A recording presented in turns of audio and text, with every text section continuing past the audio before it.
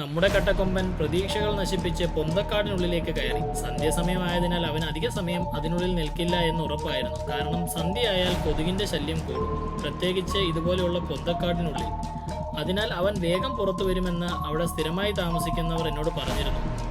പറഞ്ഞതുപോലെ ഒരു ചെറിയ ഗ്യാപ്പിലൂടെ പുറത്തേക്ക് വന്ന അവനെ കണ്ടപ്പോൾ എനിക്ക് ചിരിയാണ് വന്നത്. നമ്മുടെ താമരാക്ഷം പിള്ള ബസ് കല്യാണത്തിനൊരുക്കിക്കൊണ്ട് പോയതുപോലെ കട്ടക്കൊമ്പന്റെ മുഖത്തെല്ലാം വള്ളിച്ചെടികളും കമ്പുകളും എല്ലാം കുരുങ്ങി പുള്ളിക്കാകപ്പാടെ ദേഷ്യം വന്നിരിക്കുന്ന ഒരു കാഴ്ചയാണ് കണ്ടത്.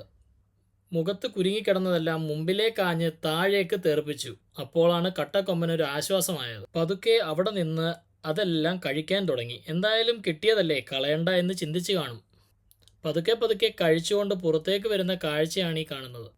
അടുത്ത ഭാഗം ഉടൻ തന്നെ നിങ്ങൾക്ക് മുമ്പിലെത്തും. വീഡിയോ ഇഷ്ടപ്പെട്ടാൽ ലൈക്ക് ചെയ്യണേ, ഫോളോ ചെയ്തും സബ്സ്ക്രൈബ് ചെയ്തും സപ്പോർട്ട് ചെയ്യണം. ഒരുപാട് നന്ദി.